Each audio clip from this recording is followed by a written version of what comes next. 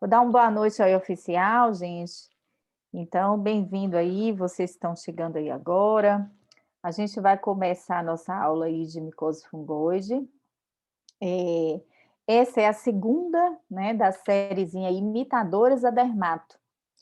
Então, por que eu fiz essa série? Para quem assistiu a primeira aula, que foi sobre sífilis, eu comecei a falar algumas coisas em relação a imitadoras, e a que abriu aí nossa série de imitadoras foi a sífilis. Então, a sífilis é uma doença imitadora, ela faz diagnóstico diferencial com uma série de doenças, ela tem, né, as fases diferentes, então cada estágio da sífilis faz diagnóstico diferencial com muitas doenças.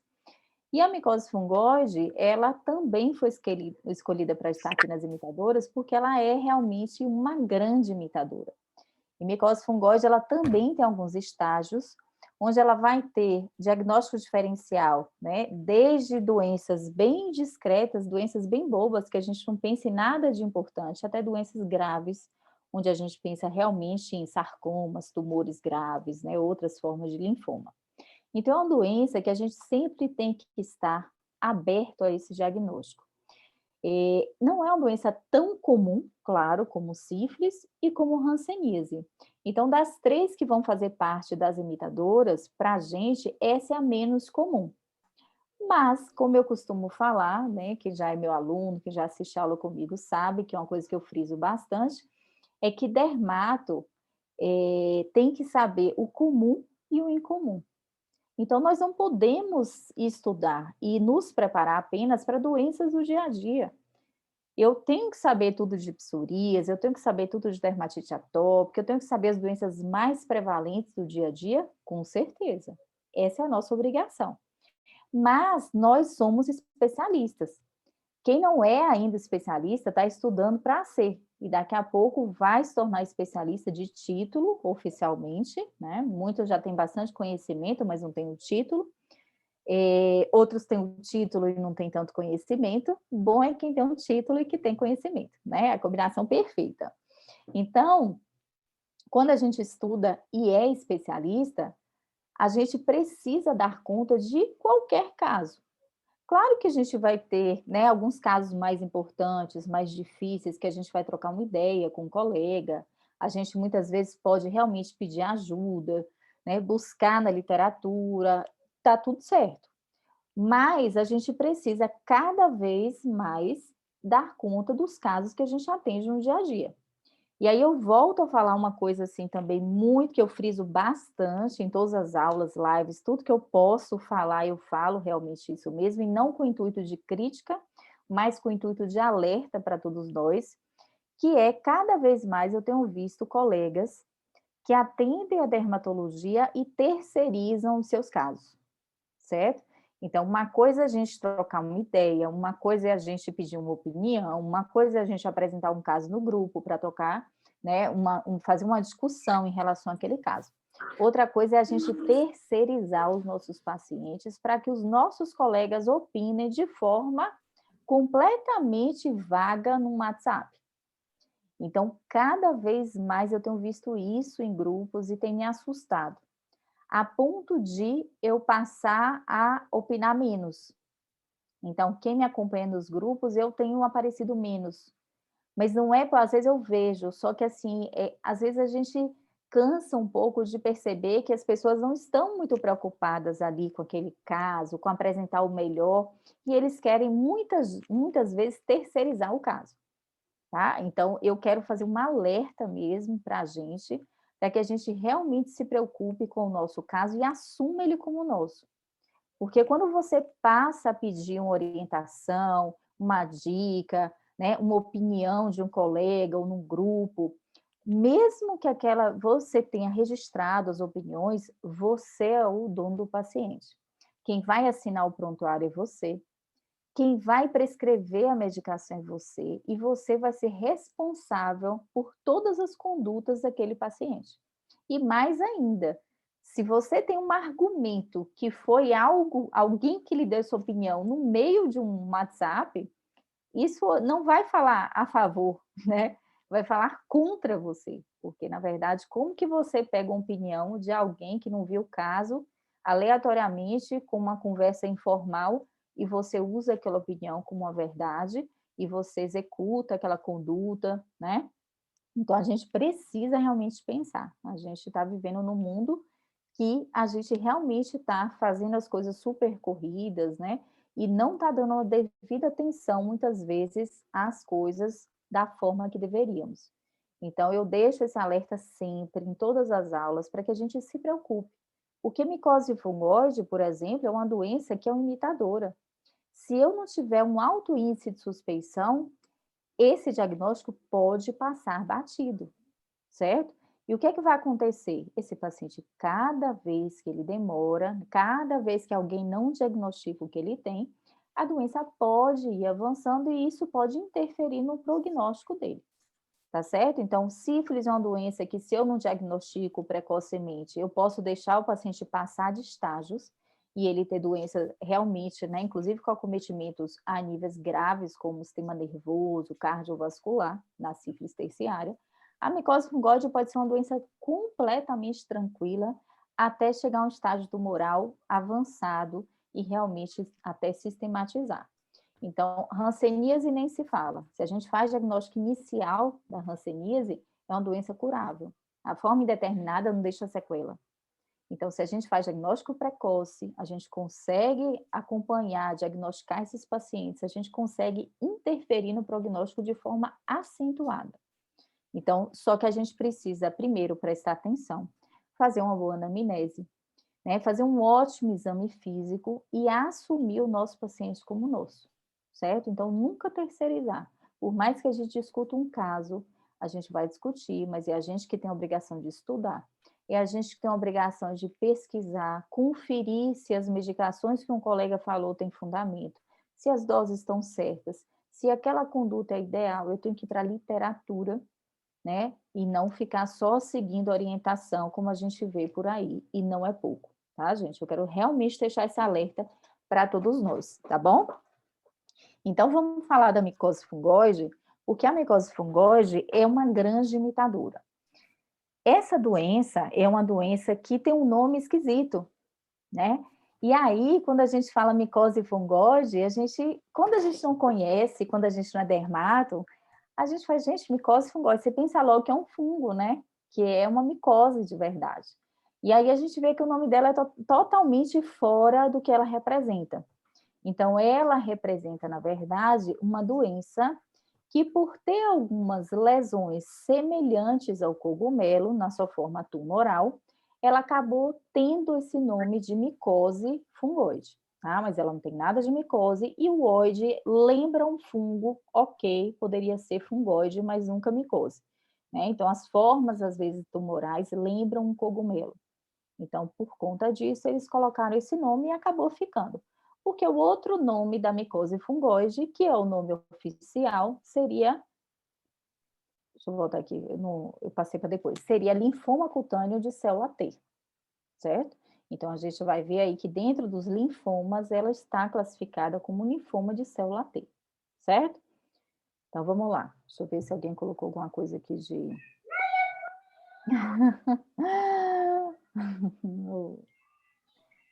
Então, vamos lá. Por que ela é imitadora? Olha só. Micose fungoide, hipocromiante, tiríase alba. Então, a primeira forma que a gente está vendo aqui é a micose fungoide hipocromiante. A gente vai ver mais para frente que é uma variante que dá mais em jovem, e ela faz diagnóstico diferencial com muitas doenças de aspecto hipocromiante. E ela acomete mais pacientes jovens. Então, ela não vai ter o estigma do paciente idoso, que a gente pensa logo, por exemplo, num câncer, numa neoplasia. Então, muitas vezes o diagnóstico passa despercebido. Tá? Então, psoríase alba, micose fungoide. Micose fungoide, psoríase versicolor.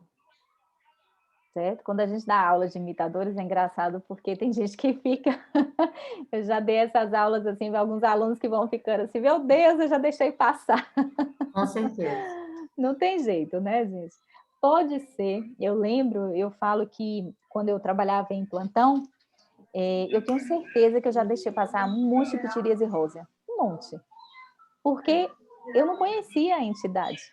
né? Então, para o clínico, psoríase é algo que é mais do dermato e tal. Então, eu sempre achava que era uma alergia, alguma coisa assim. Eu pensei, mas não está coçando. Ah, mas alergia pode não coçar. E eu lembro que, quando eu lembro dos casos, eu falei, gente, devia ter um monte de perrosa, aí eu deixei passar, né? Fora se não era um sífilis secundária, que eu deixei passar também, né? Então, a gente tem que ficar alerta mesmo. E aprender com o que a gente já fez ou não fez de certo, ou de errado, né? Olha essa micose fungóide, olha a hanseníase. Então, ela é uma grande imitadora. Então, ela vai ter, dependendo do estágio dela, ela vai fazer diagnóstico diferencial com inúmeras doenças. A gente vai ver lá, estágio de placa. Ela faz diagnóstico diferencial com um monte de doença. Aí, quando ela vai para estágio de... quando ela tem o estágio de PETs, que são as máculas, um monte de doença. Aí ela vai para o estágio tumoral, um monte de doença. Quando ela é eritroderma, mais um tanto de doença. Então, é muito diagnóstico diferencial. O MF é uma perrubra pilar. Então, a MF, ela pode ficar tão, né, tão disseminada que ela pode ter uma forma eritrodérmica, que alguns autores acreditam que é diferente a MF eritrodérmica da síndrome de César-Rie, tá? Que a gente vai ver mais para frente. Olha aqui essa MF, gente. E aqui ontem tinha crures. O paciente só tinha essa lesão com S iniciando na região inguinal. Diagnóstico diferencial, psoríase inversa, eritrasma, tinha crures, né? Aqui é uma matinha, ó, disseminada, aqui é um MF. Então, a gente vê que tem bastante diagnóstico diferencial. Olha um MF e olha uma hanseníase. Face infiltrada, é uma das doenças que dão face leonina, né? Então, vai entrar aí leishmaniose enérgica, que às vezes é igualzinha também, hanseníase, micose fungóide, escleromixedema, que é uma mucinose, né, primária, para quem está estudando para a prova aí, né, é uma das doenças aí que podem cair. Ok? Então, essas são algumas das apresentações clínicas que justificam a micose fungóide ser considerada imitadora. Além dela, a gente tem, por exemplo, a sarcoidose, é considerada imitadora. Mas por que para a gente ela não é tão importante? Por que eu não incluí? Porque ela é bem menos prevalente, né? Então, eu fui pela prevalência. Sem dúvida, hanseníase e sífilis, elas são muito mais prevalentes no nosso meio, e micose fungóide é uma doença que a gente tem que respeitar. Porque para quem faz dermato mesmo, a gente vai encontrar, é o linfoma, que a gente vai encontrar mais frequentemente. Ficou o dia inteiro no quarto, agora que ele está brincando, você não pode. Para um pouco. Lá. Gente, desliguem os microfones, por favor. Deixa eu ver se eu consigo detectar. Acho que foi. Então, vamos lá. Então, olha, na classificação de linfomas, então, vamos pensar. A gente, às vezes, fala, micose fungóide. Então, de onde vem a micose fungóide? Micose fungóide está dentro do capítulo de linfomas, certo? Então, se a gente for estudar a micose fungóide, a gente vai lá no capítulo de linfomas, e lá dentro dos linfomas, a gente vai ter os linfomas de diversas células. Então, linfoma é neoplasia maligna de linfócito, e linfócito a gente vai ter os 3 tipos principais, que seriam linfócito B, linfócitos T e linfócito NK, tá? Então, a micose fungoide, ela é um linfoma de célula T, certo? E o que é que diferencia essa doença de outras doenças de célula T? A micose fungoide é um linfoma cutâneo primário de célula T. Então, se origina de células T que tem um endereçamento para a pele, certo? Então, a gente tem que diferenciar, quando a gente fala de linfoma, a gente precisa diferenciar. Isso é muito importante porque define bastante o prognóstico do paciente, é saber se o linfoma é primário, de pele, ou se ele acomete secundariamente a pele, certo? Porque os linfomas, de uma forma geral, que acometem secundariamente a pele, eles têm um péssimo prognóstico, porque a pele não é o primeiro sítio de acometimento. Então, quando chega a acometer a pele, é porque o linfoma está disseminado, tá certo? Então, o linfoma, para ter bom prognóstico, se for de pele, ele deve ser primário da pele, tá? Então, ela é um linfoma cutâneo primário da pele de célula T. E aí tem essa classificação aqui que eu trouxe para vocês, que são linfomas cutâneos de célula T/NK e que tem comportamento clínico indolente. Então, a micose fungóide vai estar aqui, ó. Então, ela está dentro do grupo dos linfomas. Dentro dos linfomas, ela está lá no linfoma de célula T, cutâneo primário, e de comportamento clínico indolente, certo? Então, ela está aqui junto com outros linfomas, a papulose linfomatoide, né? Então, alguns linfomas. E esses linfomas de célula T e NK têm também alguns de comportamento clínico intermediário. E aqui a gente vai ter Sézary, vai ter linfomas NK, que é mais agressivo, né? Então, a gente vai ter outros linfomas aqui. Lembrar que esse tipo de linfoma, ele tem coisas boas, mas coisas nem tanto. Então, quando eu tenho um linfoma muito agressivo, aqueles linfomas assim que a pessoa, quando descobre, já está assim, bem cheio de lesão, eles são bem agressivos, a pessoa pode morrer dele. Eles são altamente letais, mas por outro lado, eles respondem muitas vezes bem aos tratamentos. Por quê? São células que estão em constante mitose. E os quimioterápicos são, né, geralmente, medicações que vão agir em células em mitose, em fase mitótica. Então, na hora que você tem um linfoma muito agressivo, ele tem um índice proliferativo muito grande. Então, ele é facilmente atacado pelas medicações. Diferente de uma micose fungoide, que é um linfoma indolente. O índice mitótico desse linfoma é muito baixo. Você vai passar anos e anos e anos com lesões, e às vezes esses pacientes nem evoluem para a forma tumoral, de tão indolente que ele é. Então, o que acontece? As medicações não conseguem combater esse linfoma da forma que deveria. Portanto, a micose fungóide, ela não tem cura. Ela tem controle. Geralmente, o paciente morre com ela, mas não morre dela. Tá? Então, isso é muito importante para os nossos pacientes, a gente saber isso para falar para eles, não tem cura.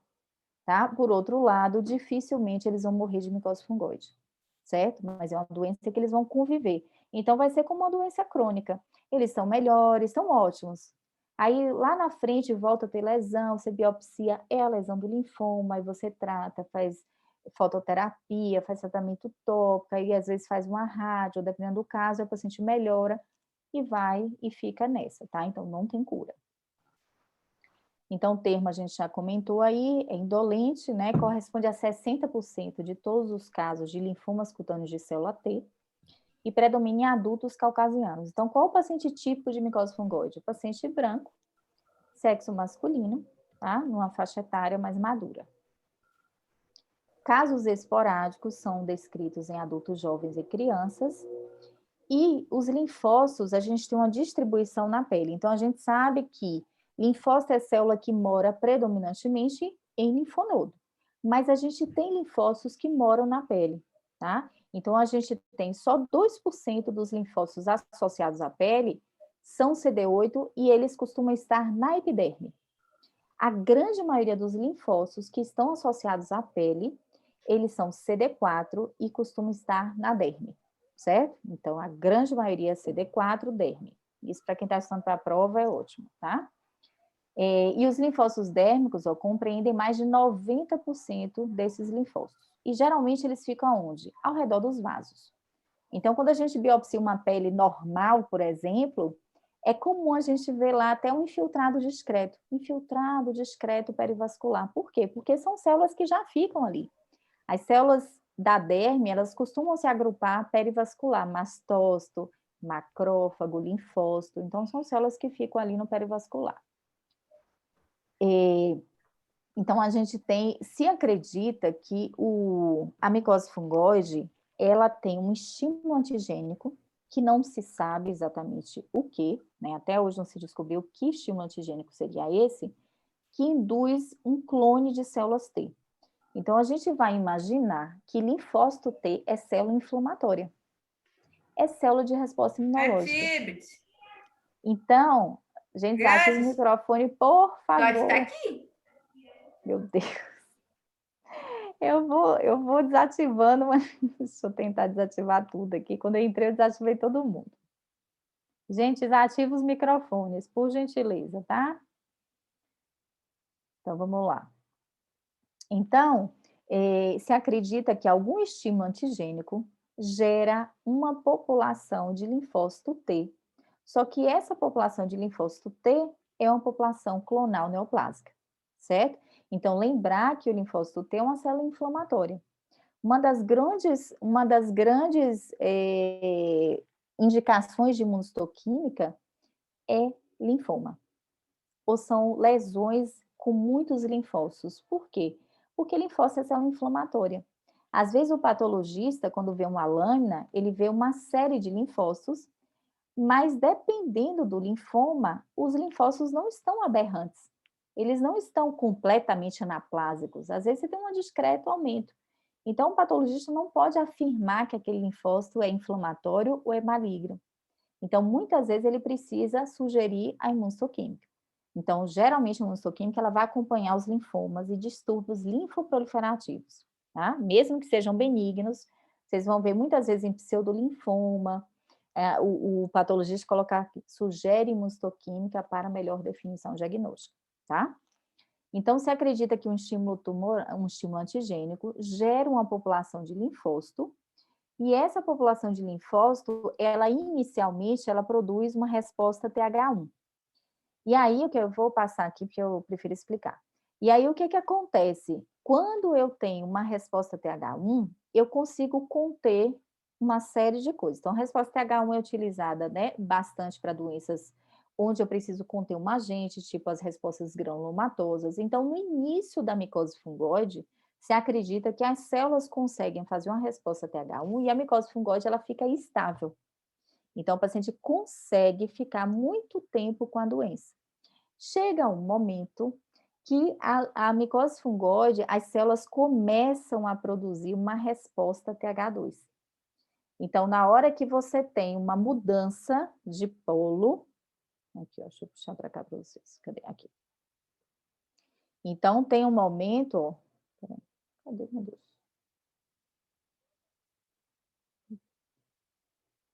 Eu escrevi aqui bonitinho, já não sei onde está, mas eu passo para vocês já já. Então, assim, chega um momento que a micose fungoide passa a produzir resposta TH2, interleucina 4, 5, 10, e aí ela não dá conta de conter aquele avanço tumoral. Então, na micose fungoide, quando ela começa a ter o processo mais avançado, estágios mais avançados, ela é doença de perfil TH2, tá certo? Isso é importante para a gente compreender um pouquinho a evolução da doença, por que tanto tempo ela fica num estágio só, né? Por que a maioria dos pacientes realmente não evoluem assim. E ela tem uma coisa interessante também, ó. O clone celular maligno, nas lesões cutâneas tipo PETs ou placas, apresenta em sua superfície o CLA, que é um antígeno linfocitário cutâneo, e o CCR4, que fazem um home para a pele. Então, é como se fosse um marcador, eles chamam de endereçamento. É como se essa marcação fosse um GPS e a célula vai direto para a pele. Então, lá no linfonodo, essas células são marcadas e quem tem esse receptor de superfície, ele vai se deslocar para a pele, tá? Então, dessa forma, após uma estimulação antigênica, as células malignas vão sair do linfonodo regional e vão migrar para a pele, guiadas por essas moléculas de endereçamento para a pele, tá? E aí, como é que elas vão sair dos vasos? Bom, lembrem-se que o fluxo, ele acontece e se o vaso fosse muito permeável, as células iam passar frequentemente. Então, eu preciso de algo que faça essa célula sair do vaso. Então, as células endoteliais nesse processo vão expressar moléculas de adesão que vão se ligar a esse CLA do linfócito e vão conseguir que esse linfócito saia do vaso para ir para a pele, para o endereçamento lá que ele quer, na derme e epiderme, tá? As células tumorais, olha o que é interessante, por que existe epidermotropismo na micose fungoide? Porque as células tumorais, elas têm afinidade com as células epidérmicas. Então, elas vêm pelos vasos, né? Elas vão cair na derme, porque os vasos estão na derme, só que elas têm tropismo pela epiderme, então elas vão se agrupar geralmente ao redor das células de Langerhans. Então, a gente tem um epidermotropismo, isso é imunológico. Isso é uma predisposição, é um endereçamento da célula, tá? E aí vão formar um microabscesso de Pautrier, que é uma lesão que a gente vê na patologia, né? É um achado que é patognomônico da micose fungoide. Então, são microabscessos de Pautrier, tá? Lembrar que tanto as células tumorais quanto as células reativas são linfócitos. Então, às vezes, o patologista realmente vai ter dificuldade de dizer se aquele processo é linfoproliferativo maligno ou não. A gente tem uma coisa interessante também, que é quando a gente tem a síndrome de Sézary, a imunofenotipagem da célula é diferente. Tá? Então, se acredita que micose fungoide tumoral eritrodérmica é uma doença e a síndrome de Sézary seria outra, porque a marcação imunohistoquímica das células é diferente. Tá? Então, a etiologia da micose fungoide ainda não está bem estabelecida, como muitos tumores, né? A gente tem ideia, tem fatores predisponentes, tem genética, mas a gente não sabe exatamente qual gatilho, mas se acredita que tem 2 mecanismos principais envolvidos na doença. Então, seria uma estimulação antigênica crônica, gerando a população de linfócito, que se torna maligno, e a inibição da apoptose das células tumorais. Lembrar de encerrar a reunião, passar. Então, sabemos... Não, gente, que o usuário desliga os fica microfones, vinculado gente, àquele por negócio. favor. A reunião pode ficar o ano inteiro de reunião. Enfim. Então, a gente tem 2 formas, né? Que seria a estimulação antigênica crônica e a inibição da apoptose. A gente sabe que a apoptose é fundamental para bloquear processos neoplásicos. Então, quando a gente tem qualquer dificuldade na célula, então a célula teve uma mutação genética, tem um DNA alterado, teve uma exposição solar intensa e o DNA foi danificado, qualquer coisa que deixe aquela célula passível de ter uma proliferação de forma errada, ela é induzida à apoptose. Então, quando eu tenho uma inibição da apoptose, eu tenho mutações gênicas que fazem com que a célula não entre em apoptose, essa célula que está alterada, ela consegue se proliferar. E aí a gente tem uma proliferação de células neoplásicas. Então, eu preciso de mecanismos que favoreçam a proliferação celular. Então, esses seriam os 2 principais desencadeantes, né, na etiopatogenia da micose fungoide.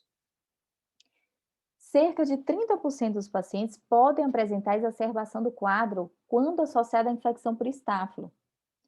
Então, estáfilo é uma bactéria que é comum, mas é um superantígeno. Então, vocês devem ter, né, já devem ter estudado a estáfilo com a participação importantíssima da dermatite atópica. Estáfilo tem uma participação importante nas vasculites ANCA positivas, em Wegener, porque ele é um superantígeno. E o que é um superantígeno? Geralmente é micróbio, né? Então, geralmente é bactéria, que tem a capacidade de estimular muito acentuadamente o sistema imune sem precisar de apresentação de antígeno. Então, o Staphylococcus consegue se ligar a linfócitos que estão acessíveis e desencadear uma resposta imunológica sem precisar ser englobado por uma célula apresentadora de antígeno como Langerhans, processado, levado ao linfócito lá no linfonodo e apresentado, tá? Então, ele vai funcionar como um gatilho imunológico. Aí, o que acontece? Uma doença que eu tenho proliferação de linfócito por estímulo antigênico e são linfócitos malignos, um estímulo antigênico como um superantígeno pode acentuar esse processo, tá? Se questiona se essa colonização bacteriana é primária ou secundária, mas a grande maioria dos autores acham que o estáfilo funciona como superantígeno, tá? As células T malignas na micose fungoide e Sézary apresentam o fenótipo TH2, que a gente já conversou, né? E a produção crônica de citocinas TH2 pode ser um dos mecanismos de escape tumoral. Então, a progressão da doença pode desencadear o defeito na produção de citocinas TH1, gerando a tendência a trocar a resposta de TH1 para TH2.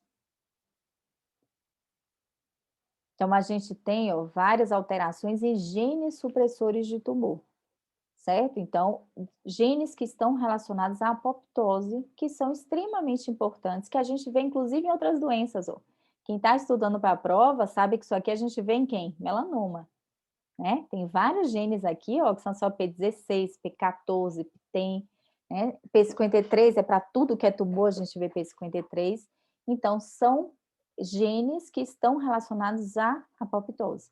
E quando eu tenho uma mutação, uma disfunção desses genes, eu vou deixar as células se proliferarem livremente, independente dessa célula estar em boas condições ou estar mutado ou alterado, tá?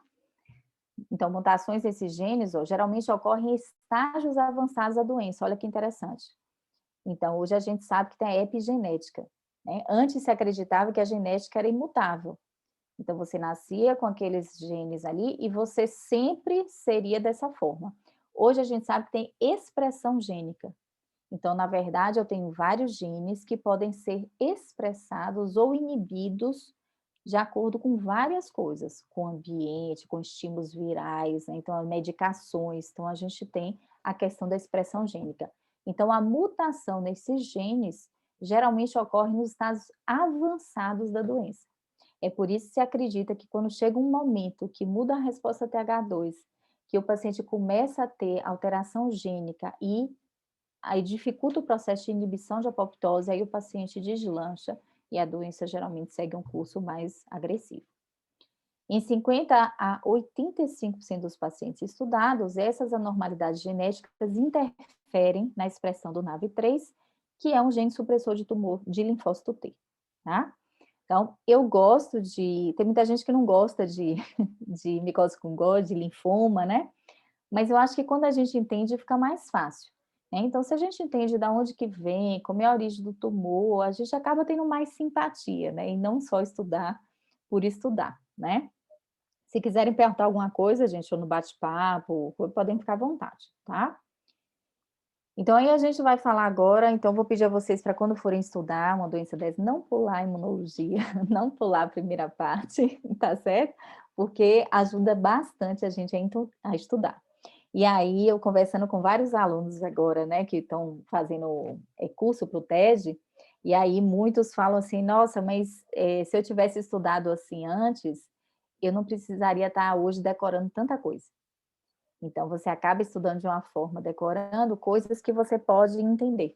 E aí você, se você entende, você libera, né, uma quantidade aí do CHD para você gravar o que às vezes não tem entendimento, é decorar mesmo, né? Então, vou falar um pouquinho da micose fungóide clássica. Então, quando a gente pensa em micose fungóide, a gente já tem um estereótipo na cabeça. Mas, como ela é uma imitadora, a gente tem variantes clínicas, subtipos, e a gente precisa conhecer cada uma delas, certo? Então, a micose fungóide de forma clássica é a mais comum. É a clássica, é a do dia a dia, que a gente vai ver bastante, é o que a gente vai ter na maioria dos casos.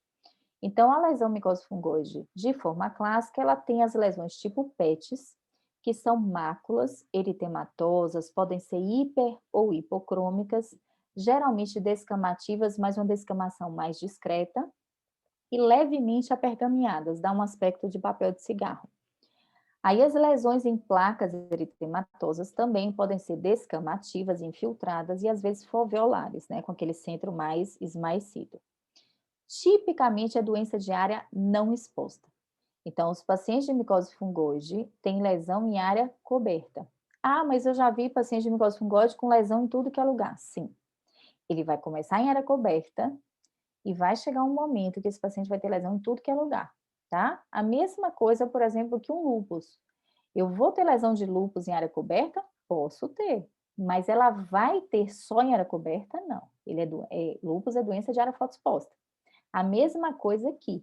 Ele é uma doença tipicamente em áreas cobertas, mas com o passar do tempo, se o paciente tiver muitas lesões, ele vai ter também em áreas expostas, tá? E só em a gente pensar que é uma doença que a gente trata, né, com fototerapia, ou até com helioterapia, então a gente, às vezes, quando o paciente não tem condição, não tem acesso à fototerapia, a gente manda tomar sol mesmo, literalmente tomar sol. E, então, você vai imaginar que é uma doença que melhora com a radiação ultravioleta. Então, ela é típica de área coberta. Localizada principalmente, então, em áreas não expostas, como dobra, flexura, axila e nádegas. Então, aqui é um paciente típico de micose fungóide, né, com essas lesões aqui, ó, PETs, que a gente chama. Bem sugestivo, a pele fica um pouco apergaminhada, a gente vê que aqui é um paciente mais idoso, né? Aqui a gente vê outras formas, ó, tipo em placas, lesão em placo, já tendendo aqui já uma forma mais avançada, tem uma forma mais tumoral. Olha essa como é interessante, ó, lesões em região palmar mimetizando o eczema desidrótico. Então você olha assim, quem vai bater o olho nisso e pensar em micose fungose? Fala a verdade. Não, né, gente? Eu também não vou não, tá? Então, eu jamais ia bater o olho nesse paciente e dizer, micose fungose. Quando a gente sabe que existem as variantes, a gente fica mais alerta, né? E aí a gente brinca que tem as fases, né? Quando a gente não conhece nada de dermato, a gente biopsia tudo. Tudo a gente quer biopsiar, porque a gente não sabe nada, né? Então, qualquer coisa é melhor biopsiar. Aí chega uma fase que você acha que sabe, e aí você não quer biopsiar nada, porque você bate o olho e fala, isso é psoríase, isso é desidrose. E aí você não quer biopsiar nada porque você está com a falsa segurança. E depois tem outra fase que a gente sabe mais um pouquinho, que a gente começa a biopsiar de novo, porque a gente sabe que tem um monte de coisa que parece, não é. Um monte de variante, diagnóstico diferencial que mais raro, mais incomum, então você fala, vou biopsiar de novo, porque vai que aquela variante, aí você volta a biopsiar, né? Então é bem interessante isso aí. E aqui a micose fungose em placo. Diagnóstico diferencial, gente, com um monte de coisa, inclusive granuloma anular, sarcoidose, eritema anular centrífugo, tá? A gente vai ter muito diagnóstico diferencial para micose fungose. Formas mais agressivas ou evolutivas da doença vão evoluir para lesões tumorais, né? Principalmente face, dobras flexurais e região mamária, inframamária. E a lesão tumoral é a fase de crescimento vertical da doença. Portanto, é pior prognóstico, principalmente se manifesta logo. Então, se em 2 anos de micose fungóide o paciente já tem lesão tumoral, aí o prognóstico dele é ruim. Por quê? Porque ele já entrou naquele processo de resposta TH2, inibição de apoptose, então o que acontece? Ele já tem uma doença mais difícil de lidar, tá? Classicamente, a progressão gradual do estágio clínico inicial de PETs para tumores, mas a maioria dos pacientes não evolui até forma tumoral, tá certo? Então, apesar de ter uma evolução clássica, natural da doença, a maioria não evolui. Ela é tão indolente que a pessoa morre e não chega a estágio tumoral, tá? Mas é a evolução normal. Então, múltiplas lesões, diagnóstico diferencial com um monte de coisa, né, gente? Ó, lesão tumoral ulcerada. Aqui você vê um monte de coisa, né? Micobactéria, micoses, né? Outras infecções, dependendo do tempo. Olha o paciente dele, você pensa em sarcomas, né? Doenças outros tipos de linfoma, linfoma B. Olha essa lesão. Essa lesão, eles falam que lembra o cogumelo, né? Esse tipo de lesão assim, né? Grande lesão tumoral com áreas de ulceração. Claro que ver uma lesão dessa, a gente só pensa em coisa ruim, né? A gente não tem como pensar numa coisa mais... Mas faz diagnóstico diferencial com outros cânceres, né? Com Merkel, né? Com alguns sarcomas.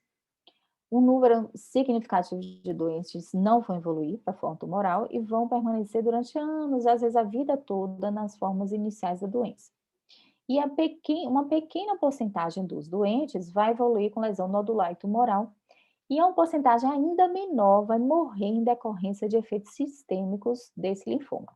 Ou seja, a maioria não vai morrer de micose fungose, tá? E lembrar que ela pode iniciar em qualquer estágio. Então, apesar do mais comum ser eu começar no estágio de PET e ir até o estágio tumoral, a depender do tempo de evolução, tem paciente que já começa, por exemplo, em forma de placa, ou já começa a doença de forma tumoral, tá? Isso vai depender um pouco da resposta que esse paciente tem lá, né? TH2, a questão da inibição da apoptose. Os pacientes de micose fungóide podem apresentar eosinofilia e sintomas atopia-like, certo? E com a progressão da doença, os pacientes podem evoluir para a variante leucêmica, que seria uma micose fungóide leucemizada, né? A síndrome de Sézary ou para linfoma de grandes células. Vai variar bastante a taxa, né? Mas a maioria dos doentes não vão evoluir. Aí a gente tem algumas probabilidades de evolução para a forma leucêmica. Então, como que eu vou acompanhar esse paciente? Então, eu atendi um paciente com micose fungóide. né? Fiz o diagnóstico, a gente vai ver, né, sobre o diagnóstico já já, e como que eu vou pensar que esse paciente pode ter uma doença que vai ter mais chance de evoluir para uma forma pior. Então, eu tenho alguns critérios, algumas coisas que eu tenho que prestar atenção. Uma é se o paciente tem estágio avançado já da doença. Então, por exemplo, ele já tem forma tumoral, ele já tem lesão mais avançada, um monte de lesão, né? Outra, se ele tem elevação de LDH e beta-2 microglobulina. Outro dia, num grupo, uma colega estava perguntando sobre como conduzir e tal, e eu lembrei que isso aí, uma hemato, uma vez, eu até conversei com a hemato, uma colega minha, e ela falou que pedem de rotina, esse é o inicial mesmo, para saber se o paciente tem chance aí para leucemizar. Severidade das lesões cutâneas iniciais, a idade do paciente, da EPO em idoso, presença de doença extracutânea, né, que significa que esse paciente já está, né, em outros órgãos, e o mecanismo que desencadeia a mudança de comportamento indolente para a forma mais agressiva ainda é obscuro. Então, a gente sabe o que acontece, mas não sabe por quê. Eu sei que ele vai ter uma mudança de resposta e eu sei que ele vai ter a questão da inibição da apoptose, mas por que acontece isso, né, não se sabe. Então, estudos tentam explicar o fato pelo sistema imunológico, que nas formas clínicas iniciais o sistema imune antitumoral impediria a progressão, como a gente falou, né? Então, a gente teria depois, aqui é depois as citocinas, né, da resposta TH2, que seriam 4, 5 e 10, primariamente, e essa evolução mudando a resposta de TH1 para TH2. E aí, com isso, a gente permitiria o crescimento tumoral, facilitaria o risco para neoplasia e infecções, inclusive associadas. Nas lesões PETs ou placas, tem uma pequena quantidade de linfócito neoplásico e a presença de linfócito T citotóxico não neoplásico confere melhor prognóstico desses pacientes. É interessante que, quando se mede nos pacientes que estão em estágios mais avançados, os pacientes de estágio mais avançados quase não têm linfócito T citotóxico não neoplásico. Então, eles acreditam que o T citotóxico lá seria um fator de melhor prognóstico nessas lesões, né? Então, a ativação da apoptose nos linfócitos T citotóxico, ou seja, eles seriam, né, induzidos à apoptose e com a diminuição desses linfócitos T, aumentaria aí a chance de escape tumoral e a proliferação do tumor. Opa, biopsiei meu paciente. Então, o que é que eu vou encontrar no anátomo patológico da micose fungoide? Bom, seria ótimo, ideal, se a gente encontrasse tudo, né, de livro, epidermotropismo, né? O sonho da gente, quando a gente pensa em micose fungoide, é ter aquele anátomo de livro. Infelizmente, muitos pacientes não têm, porque a fase inicial da micose fungoide, às vezes, é muito inespecífica. E a gente não consegue definir o diagnóstico, o patologista não lhe diz que é micose fungoide. É super reticente, e mesmo quando faz imunistoquímica, às vezes tem dúvida, tá certo? Então, o que a gente sempre faz? Qual é a orientação de micose fungoide? Fazer biópsia em 3 sítios. Então, a orientação, sempre que a gente suspeita de uma doença como micose fungoide, o ideal é que a gente faça 3 sítios, geralmente a área, né, inicial, uma área mais tardia, então a gente mudar um pouquinho, o que começou no início, uma que começou um pouquinho mais depois, se tem área descoberta e coberta, a gente alternar, e a gente fazer esses 3 sítios para tentar garantir que a gente consiga pegar alguma alteração histopatológica que seja característica da micose fungoide, tá? E quais seriam essas alterações? Bom, o sonho da gente é encontrar microabscesso de Pautrier, que é patognomônico. E tudo que é patognomônico, gente, não tem questionamento.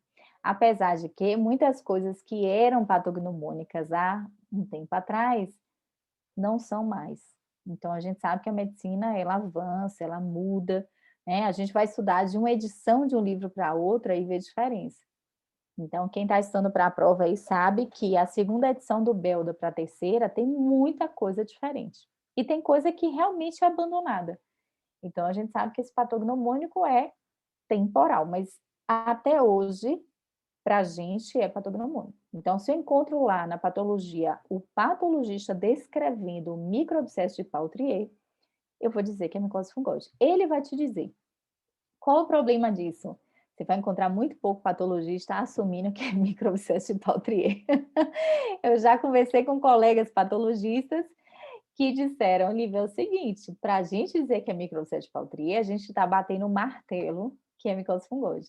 Então, vai que, né? Então, eles ficam reticentes de dar um diagnóstico tão, né? Então, que é um linfoma, o paciente não tem cura. Então, o que é que eles fazem geralmente? Colocam lá que tem coleções de linfócitos, não falam que é microabscesso de Pautrier e sugerem imunistoquímica. Certo? Vocês vão ver muito isso. Mas se tiver lá escrito microabscesso de Pautrier, você confiar no laboratório, no patologista, é micose fungoide, tá? Mas a gente, nos estágios iniciais, ó, só consegue ver isso em 10% das lesões. Então, a gente vai ter outras coisas que a gente vai suspeitar. Então, meu AP pode vir lá com infiltrado linfocitário moderado, na papila e na porção suprapapilar, com linfócito, mas também com números variáveis de estiócito. E uma coisa que a gente vê também, antes do epidermotropismo, é que a gente pode encontrar linfócitos em fila, acompanhando a junção dermo-epidérmica, tá? Então, às vezes, a gente encontra isso também. Então, é um achado que a gente vê, inclusive, na parapsoríase de grandes placas. Alguns autores acham, né, que as parapsoríases, especialmente a de grandes placas, seria uma forma de micose fungoide. O professor Ackermann, né, defendia isso aí. Outros autores acreditam que não, que parapsoríase é um estágio que pode evoluir ou não para micose fungoide, tá certo? Mas às vezes o AP é igualzinho das duas. Então, um monte de linfócito ali, ó, chegando perto da papila, perto da junção. E outro achado que a gente quer encontrar, que não é patognomônico, a gente vai encontrar epidermotropismo em outras doenças, mas se eu estou suspeitando de uma doença que clinicamente pode ser micose fungoide e vem epidermotropismo, eu posso fazer essa conexão, tá? Então, o epidermotropismo é aquele influxo de linfócito na epiderme, vindo da derme, por conta desse tropismo desse linfócito maligno pela epiderme, tá? Então, eles vão procurar onde ficam as células de Langerhans e vão tentar se agrupar ali. Se eles se agruparem ali, eu vou chamar de microabscesso de Pautrier. E o caminho que eles fazem, eu chamo de epidermotropismo, tá? Isso aqui é ótimo que a gente, né, veja, na lâmina bonitinho. Aqui, ó, epidermotropismo notável. Olha o tanto de linfócito aqui, ó. Então, os linfócitos são essas células bem redondinhas, escurinhas na patologia, e eles vão, ó, subindo para a epiderme. É comum encontrar linfócito na epiderme? Não, tá? Não é comum. Linfócito, a gente viu que os linfócitos, quando estão na pele, mais de 90% estão na derme. Tá? Então, só 2% dos linfócitos vão estar na epiderme. Então, a gente sabe que não é comum a gente encontrar isso aqui. Onde que a gente encontra linfócito também subindo para a epiderme? Quem lembra disso? Pode tirar o microfone e eu colocar no bate-papo, para vocês interagirem um pouquinho. Quem lembra? Deixa eu ver se tem alguém aqui no bate-papo. Eczema. Opa, nos eczemas, né? Quem falou aí para ele buscar? Luana. Oi, Lu, você tá aí? Nem te vi. Cadê você? Tá sem câmera? Uhum. Não, senhora, pode vir. Você é do dermatoar. Você não pode dar esse mau exemplo. Fique aqui na arquibancada sem câmera, ou com câmera ligada. Eu tô até de pijama agora. Eita aí, já tem um té de pijama, já fica para amanhã, tá tudo certo. Então, nos eczemas. Então, onde que eu posso encontrar linfócitos saindo da derme e indo para a epiderme? Nos eczemas, que a gente chama de quê? Exocitose de linfócito, tá? A exocitose de linfócito, para alguns autores, a gente realmente, assim, pode confundir com estágio inicial de micose fungoide. O que que diferencia uma exocitose de linfócito de um epidermotropismo? É que, como a exocitose de linfócito, os linfócitos são inflamatórios e eles estão indo atrás de um processo inflamatório, a minha epiderme ela é alterada. Então, quando eu tenho exocitose de linfócito, eu tenho espongiose, eu tenho uma acantose, eu posso ter uma hiperqueratose, uma paraqueratose, eu tenho uma epiderme alterada e o linfócito vem ali naquele processo inflamatório. Na micose fungoide, eu não tenho nada, a minha epiderme está normal. O máximo que eu posso ter é um pouquinho de espongiose, porque, claro, está invadindo um monte de coisa ali, às vezes eu tenho um pouquinho de afastamento entre os queratinócitos, mas eu não tenho doença da epiderme. Então, eu não tenho, a minha epiderme a gente considera estática, é uma epiderme que está normal e eu tenho um monte de linfócito passando, tá? Essa é a grande diferença. Deixa eu ver aqui que as meninas colocaram uma pergunta aqui. A Thaís perguntou aqui, a classificação dos linfomas de células T é indolente intermediário e de célula B indolente agressivo? É isso ao contrário? Os linfomas de célula T são indolentes intermediários, não tem agressivo, tá? A classificação que eu coloquei para vocês no início, não sei se você chegou, tá aí no início, é essa classificação, é indolente intermediário. Tanto que até o NK, que é aquele bizarro, né? Ele é intermediário, certo?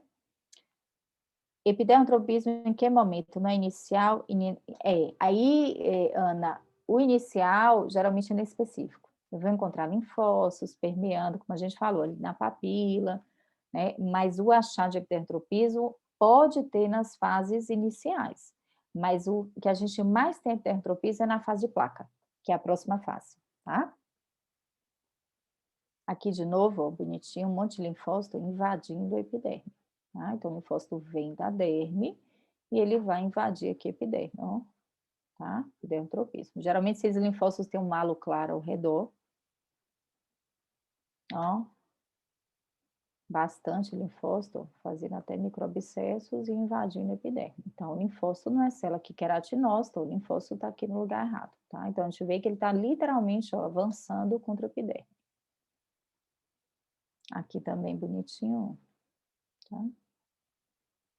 Então, micose fungoide. Ok, aí na fase inicial da doença é necessária a integração de características. Então, você vai pensar na clínica, você vai juntar a patologia, você vai fazer imunohistoquímica, você vai tentar juntar tudo para poder dar o diagnóstico, porque às vezes é difícil. A gente teve uma paciente lá, quando eu estava lá no Baleia de Preceptoria, aqui em BH, que a paciente contou que tinha 13 anos e não dava na biópsia dela micose fungoide. E ela fazia fototerapia, ela levou para a gente, inclusive eu pedi para ela pedir para o local que ela fazia fototerapia quantas sessões que ela tinha feito, o que é que ela tinha feito, e ela levou realmente, mas ela não tinha, a biópsia que tinha dado o anátomo de micose fungoide era recente, era de menos de um ano. Então, ela disse que vinha lutando, ela já estava lotada, era estágio de placa, mas muita lesão, porque ela fazia foto, porque o médico insistia realmente que era micose fungoide, mas não vinha. Né? Aí foi a biópsia que realmente veio escrita micose fungoide. Veio a imunohistoquímica, veio típica. Então, claro que não é essa história geralmente, mas pode acontecer, né? E o estágio de placa, a gente vai ter o infiltrado linfocitário denso, disposto em faixa na derme papilar, e aí presença de linfócitos agrupados, aí sim a gente vai ver mais microabscesso de Pautrier. Então, estágio de placa é o que eu mais vejo as alterações clássicas da micose fungoide no AP. E a presença de células de micose, que são os linfócitos T com núcleo mais hipercromático, irregularmente corado, que daria o tom de linfócito atípico. Então, o patologista ele pode sugerir que o linfócito é atípico por algumas mudanças, né? Mas às vezes é difícil ele falar que aquilo é atipia. E aí, na fase tumoral, aí a gente já tem outras alterações. Então, o epidermotropismo, que é bem característico da fase de placa, ele já é menos intenso. Às vezes até eu nem vejo. Por quê? Porque já é uma doença que já invade a derme. Então, já tem um crescimento vertical. Eu perco aquela característica da fase clássica. Aí eu tenho infiltração maciça de célula mononuclear típica na derme toda, né? E aí eu perco um pouco essa conformação.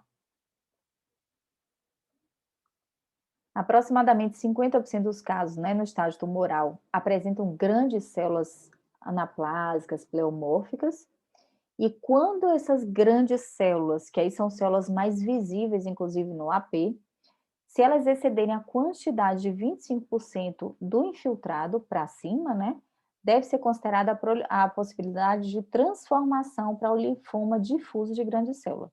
Aí a gente vai ver que, por exemplo, a gente vai ver imunohistoquímica já.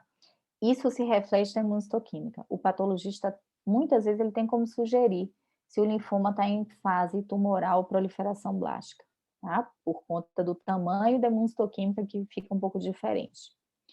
E fase eritrodérmica são as células lá que começam a atingir a circulação sanguínea. Aí eu tenho a cesari, né, que alguns consideram fase, né, leucêmica da doença, e alguns consideram que a micose fungoide é eritrodérmica, tá? Então, a gente vai encontrar esses dois tipos. Bom, imunofenotipagem. O que é que eu faço na imunistoquímica? Identificação celular. Então, na imunistoquímica, o patologista lá vai me dar o fenótipo daquela célula. Quais são as marcações que contém aquele infiltrado para que eu, né, confirme se é um infiltrado. Primeiro, se é clonal, se é monoclonal, né? Porque os infiltrados neoplásicos, eles são monoclonais. E segundo, qual é a marcação? Quem é essa célula? Né? Para eu poder dizer se realmente é compatível com a célula do linfoma de célula T cutâneo primário. Então, tem a marcação clássica de micose fungoide. Para quem estuda para a prova, isso cai. E para quem está estudando para a vida, esses dias a gente discutiu duas imunistoquímicas que sugeriam micose fungoide, muito interessante. Uma, inclusive, com padrão da hipocromiante e outra um padrão clássico. Então, é importante a gente conhecer. E aí a gente tem o quê? Um padrão de célula T de memória. Geralmente, a micose fungoide é CD4 positiva. A gente viu que CD8, ele, né, vai perdendo a força e a gente tem muito mais CD4 na derme. Então, a gente tem mais CD4 na pele. Então, ele é um linfoma que tem CD2, CD3, CD4. Geralmente, CD8 é negativo. CD5, 45RO. E ele, o receptor TCR positivo. E geralmente, CD30 é negativo. E ele perde, geralmente, os antígenos CD7 e CD26. É interessante aqui, porque CD7 geralmente é perdido, tá? Aí, raros casos, a gente vai ver com padrão de célula T supressora, CD8, e CD4 negativo. Por que é raro? É bem menos comum. Mas essa alteração não muda o prognóstico, certo? Então, se vocês receberem um laudo imunistoquímico, e para quem está fazendo prova, tem lá um padrão de marcação que sai de CD4 e passa para CD8, não precisa assustar. É o mesmo prognóstico, não vai mudar. A diferença é que clinicamente pode ser uma variante. Então, esse fenótipo é mais encontrado em quem? Na hipocromiante. Então, é esperado que eu encontre o CD8 e o CD4 negativo e CD8 positivo na variante hipocromiante, tá? Que são aquelas formas que fazem diagnóstico diferencial com hanseníase indeterminada, com ptiríase alba, com ptiríase versicolor, né? E outras doenças hipocromiantes. Pode ter também fenótipo aberrante, um pouquinho diferente, né? Que é importante também saber por causa do diagnóstico. E formas tumorais da doença com transformação blástica, eu vou ter linfócito neoplásico CD30. Então, se eu faço imunistoquímica, fiz lá minha biópsia, o patologista sugeriu imunistoquímica, e vem lá na imunistoquímica mais de 25% de célula CD30. A gente tinha uma paciente lá no balé de papulose linfomatoide. Não sei se vocês lembram, mas papulose linfomatoide, para quem está estudando para o TED, costuma lembrar. Para quem está, assim, estudando para a vida, tá, é mais difícil, porque é um linfoma mais incomum. É um linfoma CD30 positivo, onde eu tenho um predomínio de célula CD30, a marcação CD30. Aí, essa paciente nossa, ela tinha papulose linfomatoide. Mas como é que veio a imunistoquímica dela? Muito interessante, porque veio justamente ilustrar o que a gente lê. Tinha lá a observação da imunistoquímica. Paciente, o exame apresenta mais de 25% de células CD30. Isso pode corresponder aí tinha lá, forma blástica da micose fungoide ou linfoma CD30 positivo, que a gente tem papulose linfomatoide e linfoma de grandes células CD30 positivo. Então, no próprio imunistoquímica vem dizendo isso aí. Então, é importante a gente conhecer, né? Que CD30 geralmente não é marcação clássica de micose fungoide, tá? Então, diagnósticos diferenciais que justificam a micose fungoide está aqui sendo falada hoje nas imitadoras. Então, olha as lesões tipo PETs e placas, olha o tanto de diagnóstico diferencial. Eczema crônico, perrósia, ptiríase rubra pilar, psoríase, infecções fúngicas, hanseníase, vitiligo, P. alba, dermatite seborreica, perioral, eczema palmo plantar, eczema desidrótico, a gente viu uma lesão, né, há pouco, Eritema multiforme, eritema anular. E ainda tem outras, né, gente? As lesões tumorais, que vão fazer diagnóstico diferencial com pseudolinfomas, outros linfomas, né, de célula B, célula T, infiltração tumoral secundária na pele, as micoses profundas, micobacteriose atípica, a gente vê aquele nódulo na mão ali na estante, né, que poderia ser N diagnósticos, lúpus eritematoso, papulose linfomatoide, sarcomas, doença de Hodgkin, e forma eritrodérmica, todas aquelas causas que a gente conhece a eritrodermia, desde Sézary até reação à droga, psoríase, né, doenças que fazem o aspecto eritrodérmico, né, pênfigo foliáceo, psoríase rubra pilar, enfim. E todas as dermatoses crônicas que a gente trata e o paciente não melhora, a gente tem que pensar na possibilidade de micose fungoide. Então, poxa, esse paciente tem uma psoríase eritrodérmica, e não melhora, não melhora. Se faz tratamento tradicional da psoríase, você tira o paciente não melhora, tem que pensar na possibilidade. Aí ela tem variantes e subtipos, tá? Então, as variantes eu tenho seringotrópica, granulomatose, olha o tanto de apresentação que ela pode, né, ter clinicamente. Pustulosa, puquilodérmica, liquenoide, hiperpigmentada, hipo unilateral. A gente tem micose fungoide unilateral. Ictiosiforme, hiperqueratótica, então tem várias formas. Essas aqui são consideradas variantes. Qual a diferença? Porque as variantes, elas têm um comportamento similar à micose fungoide clássica e não interferem no prognóstico, tá? Elas só são formas de apresentação clínica diferentes. As outras que a gente considera subtipos, aí sim elas têm prognóstico diferente, tá? Então, a hipocromiante, que a gente comentou há pouco, tem algumas particularidades, como um curso bem indolente, raramente evolui para estágios mais avançados, é típica de jovem, é mais comum em pacientes de fototipo alto e apresenta com frequência aquele fenótipo que eu falei a vocês, que é CD4 negativo e CD8 positivo. Então, essa é uma variante que é importante a gente conhecer.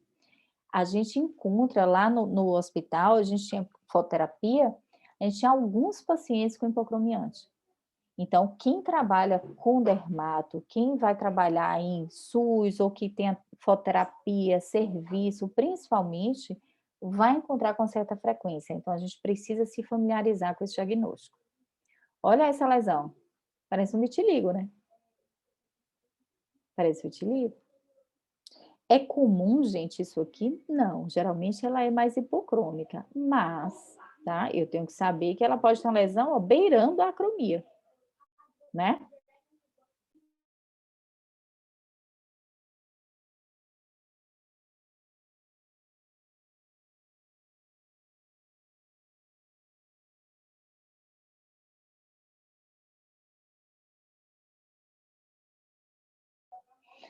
Os meus filhos chegaram em casa, tipo, chegaram chegando, né? Esqueceram que eu estava em aula.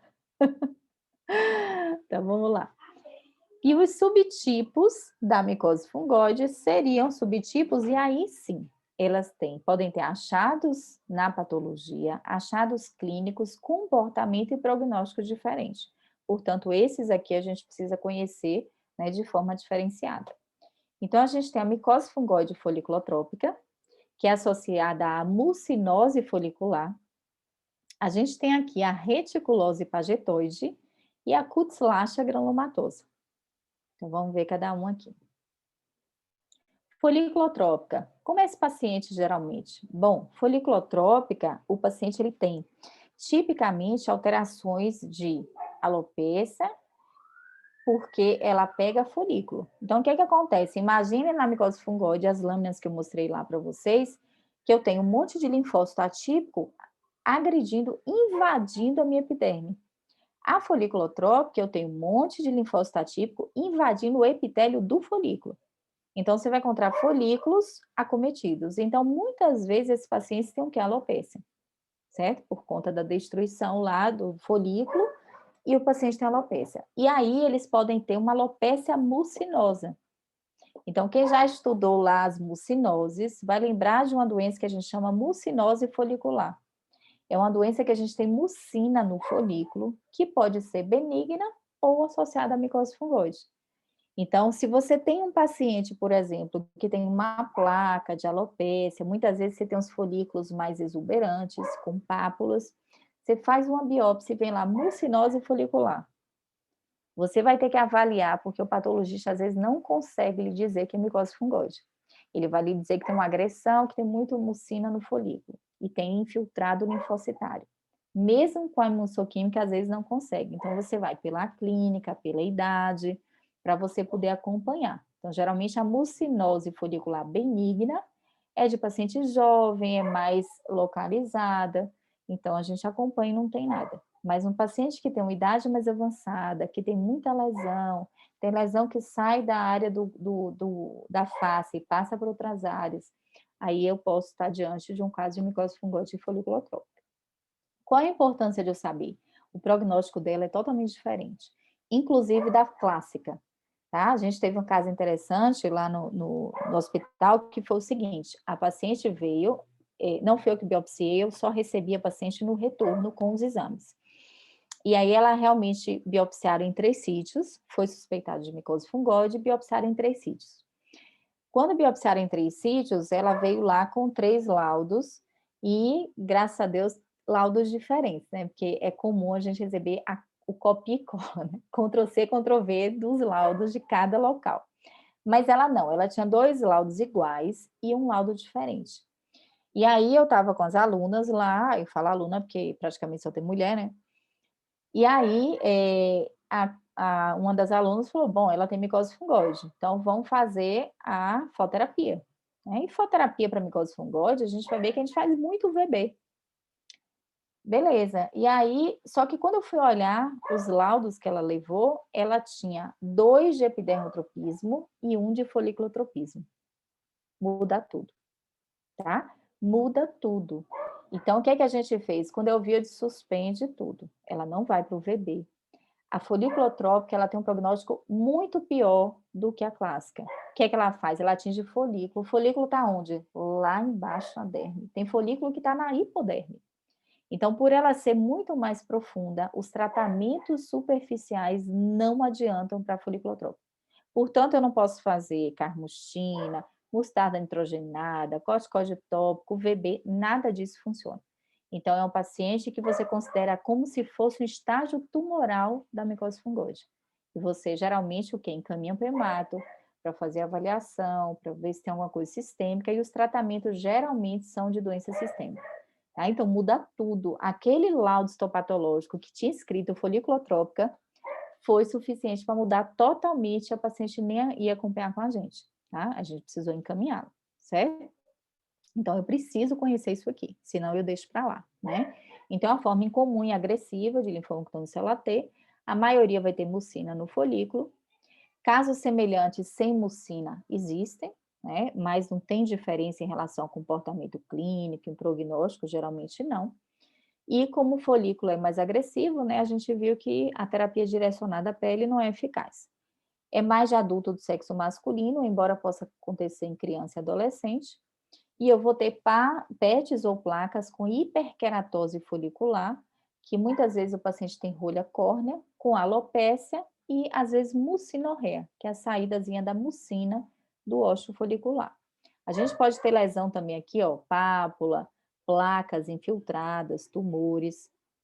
Aqui, ó, uma foliculotrópica. Então, muitas vezes dá uma alopecia importante. Esse paciente aqui, ó, tá uma doença em estágio muito avançado, né? E aqui é uma foliculotrópica que eles falam com estágios de PETs. Então, todas essas áreas, porque tá ruim a foto, mas todas essas áreas aqui você vai encontrar algumas áreas de alopecia. Aqui também, ó, alopecia mucinal, infiltração, perda de sobrancelha, né? Um estágio aqui mais avançado.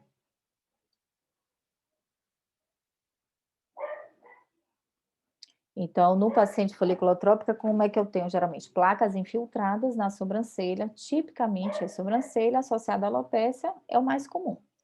Cabeça, pescoço e tronco são as áreas mais comuns. Então, quando chega tem outras áreas do corpo, é porque geralmente está bem avançado, né? Pode ter prurido severo e marcar a progressão da doença. E na histopatologia, foi o que eu falei a vocês, ao invés do epidermotropismo, vai ver lá o quê? Um monte de infiltrado, de células, né, de linfócitos com aspecto atípico, só que invadindo o folículo, eu vou chamar de foliculotropismo. E aí a mucina que eu encontro no folículo, eu posso fazer coloração especial. Geralmente o patologista faz coloração especial de Alcian Blue e vê uma parte azulada lá no folículo que evidencia a mucina. A gente tem frequentemente também a presença de eosinófilos e algumas vezes de plasmócitos, e eu posso ter também o infiltrado invadindo inclusive glândulas écrinas, sudoríparas aí, chamados seringotrópicos. Imunofenotipagem, ela é semelhante, então, à imunistoquímica. Então, se eu pegasse aquele material lá, né, que a gente biopsiou da paciente que veio foliculotropismo, e eu solicitasse a imunistoquímica, o que que ia acontecer? Geralmente vem predomínio de célula blástica, eu venho mais célula blástica, bem mais do que a micose fungóide clássica, tá? Mas ela vai ter CD3, CD4, o padrão parece, mas tem mais célula CD30. Tá? Prognóstico desses pacientes. Sobrevida varia de 70% a 80% em 5 anos, né? Então, é similar à micose fungóide clássica na fase tumoral, estágio avançado, tá? Muito diferente da clássica, gente. Significativamente pior, né, do que a clássica, e casos de curso clínico agressivo com envolvimento linfonodal e evolução, inclusive, para linfoma de grande célula. Então, tratamento, as respostas terapêuticas são piores. Terapias direcionadas à pele, como eu falei para vocês, não funcionam, né? Em certos casos, o banho de eletro é eficiente, mas raramente remissão completa. Então, você pode fazer radioterapia, né? E diversos tratamentos que a gente vai ver aqui no final, para micose fungoide de estágio avançado. Bom, então, das 3 formas que a gente viu dos subtipos, né, que a gente vai ver, mas a primeira a gente viu o foliculotrópico, que é a pior, é o pior prognóstico, tá? Aqui a gente vai ver uma outra que a gente chama reticulose pagetoide. Então, essa é o oposto, essa é super tranquila. Essa é a de melhor prognóstico. Variante de baixo grau de malignidade, que antes se chamava uma forma disseminada, que era Kettro-Guzman, e uma forma unilesional, que aqui permanece até hoje a classificação de reticulose pagetoide, que era descrita por Voring e Kolop. Então, hoje, só essa é considerada a doença reticulose pagetoide, tá? Para quem está estudando para a prova, isso pode cair. Os casos disseminados hoje, esses casos aqui, ó, hoje são considerados esse linfoma gama-delta, certo? É uma outra classificação, porque não é um linfoma indolente, é um linfoma de característica, né, intermediária, agressividade intermediária. E aqui é uma micose fungoide reticulose pagetoide. Então, geralmente é o quê? Uma placa, muitas vezes única, eritema-descamativa, que faz diagnóstico diferencial com eczema, com psoríase, com tinhas. Então, é difícil o diagnóstico. Se acredita, inclusive, que tenha subdiagnóstico, por conta de ser uma lesão que muita gente não vai pensar numa micose fungoide, numa lesão dessa. Então, muitas vezes, qual é o tratamento disso aqui? Corticoide tópico, tratamentos tópicos. Então, a gente, às vezes, trata sem saber o que está tratando, né? Então, passa um corticoide e realmente alivia, ó. Gente, é a cara de uma tinha, né? Olha só. Bordinha, lesão, né? Então, às vezes, você vê isso aqui, ó. Quem vai de cara se não conhecer essa imitadora? Se não conhecer esse subtipo? Quem vai pensar que é uma micose fungoide numa lesão isolada? É uma lesão única, geralmente, tá? Então, é uma lesão ó, localizada. Então, eu só penso se eu conheço, né? O meu universo é do tamanho do meu conhecimento. Se eu não conheço isso, isso passa a não existir para mim. E se não existe para mim, eu não posso pensar, né? Então, a gente tem placas hiperqueratóticas ou psoriasiformes, solitárias, eritema-descamativas e verrucosas, em geral bem delimitadas, localizadas, típicas de extremidades inferiores. Evolução é lenta e progressiva. Então, geralmente é uma perna só, um tornozelo, um pé, só isso.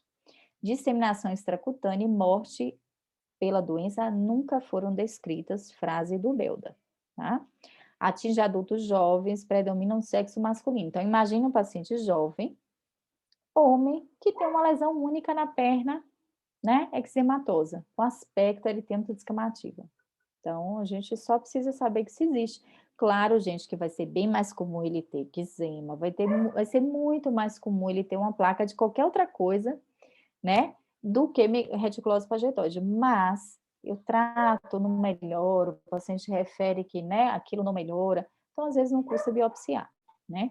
A histopatologia eu vou ter um aspecto, ó, lembrando a psoríase, eu tenho uma dermatite psoriasiforme, com hiperparaqueratose, só que eu tenho infiltração de célula típica pagetoide. Então, o anátomo consegue diferenciar de uma doença psoriasiforme clássica, tá certo?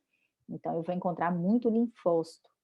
Na psoríase, nessas doenças, eu tenho linfócito? Tenho, mas aqui é infiltração densa de linfócito, tá? Então, o patologista pode sugerir. E o fenótipo, que é a imunistoquímica, ela pode ser parecida com a micose fungoide, né?